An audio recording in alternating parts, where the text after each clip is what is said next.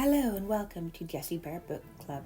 Today we are talking about how Edward III, the most important and most powerful medieval king, was the inspiration for Jaehaerys Targaryen, the most important and the most powerful ruler from the Targaryen dynasty Westeros ever had. Before we get started, remember to like this video because it's the only way the tyrannical YouTube algorithm notices my channel at all, and subscribe so you don't miss all my A Song of Ice and Fire content, as well as my House of the Dragon content and my other fun historical fiction reviews. Moving along, let's get back to how Jaehaerys Targaryen was inspired by Edward III. Jaehaerys and Edward both came from troubled home lives.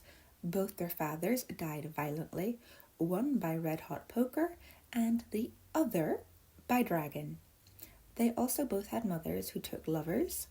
Jaehaerys' mother ended up marrying her lover and becoming Lady Baratheon, and these men decided to try and seize power. Edward, of course, had Lord Mortimer, who he ended up killing, but it's not quite as violent in Westeros. Both these men became king at very young ages and were married young. However, they were not allowed to take control of their kingdoms and lived through tyrannical regency periods full of cutthroat politics. The person in charge of these regencies was their mother's respective lovers. This, of course, caused friction within families. Both Jaehaerys and Edward had happy marriages for the most part, with wives they loved and were very closely related to. Jaehaerys Targaryen, of course, in the tradition of his family, married his sister Alysanne, and Edward married his second cousin, Philippa of Hainaut. At least I think that's how it's pronounced. It's Belgium now.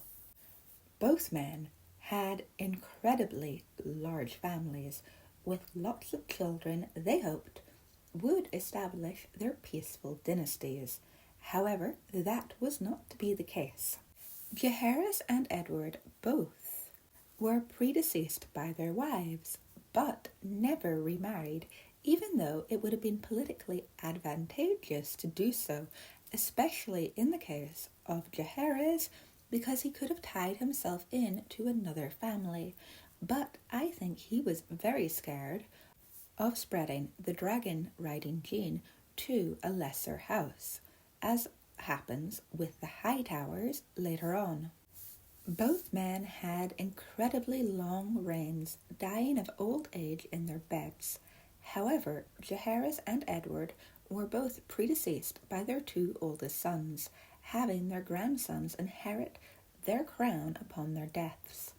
Jaehaerys was followed on the Iron Throne by Viserys I, and that is where House of the Dragon starts off, and Edward was followed on the throne by his grandson Richard II.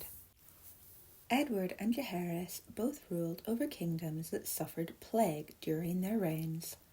Jaehaerys' early reign was marked by a plague known as the Shivers, or the Winter Fever, that quickly raced across Westeros.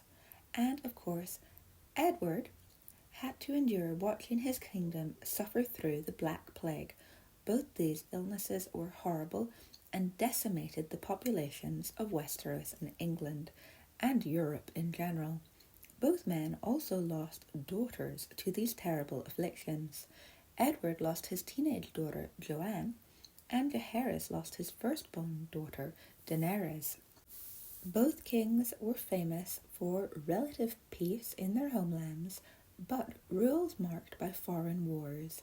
Of course, Edward started the 100 Years' War, and Jaehaerys was always at odds with one of the free cities or the other. But as far as I know, only Jaehaerys built roads. This is my 10-point similarity video comparing Edward III to Jaehaerys I. Let me know if you also see these remarkable similarities in the comments below, and like this video because it's the only way the tyrannical YouTube algorithm notices me at all. And subscribe because I have lots more A Song of Ice and Fire content and House of the Dragon content coming your way. You can also follow me on Instagram at Lady Jessica Riddell.